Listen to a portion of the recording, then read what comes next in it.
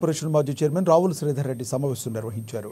రేవంత్ సర్కార్ ఇచ్చిన హామీలు 6 గ్యారెంటీలు అమలు చేయలేకే అక్రమ కేసులు పెట్టి ప్రజల దృష్టిని మళ్లిస్తున్నారంటూ ఫైర్ అయ్యారు. అంతర్జాతీయ సంస్థను రాష్ట్రానికి తీసుకొచ్చి నిర్వహిస్తే అక్రమాలు జరిగాయంటూ అక్రమ కేసు పెట్టారన్నారు.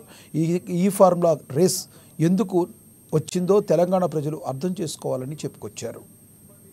చెప్పిందే చెప్పండి, ప్రతిరోజు చెప్పండి, కనబడ్డ ప్రతి మనిషికి చెప్పండి, ప్రతి సభ్యుడు చెప్పండి, ప్రతి ఊర్లో చెప్పండి, చెప్పిందే చెప్తే నమ్ముతారనే ఒక ఉద్దేశంతో కాంగ్రెస్ ప్రభుత్వం ఉంది.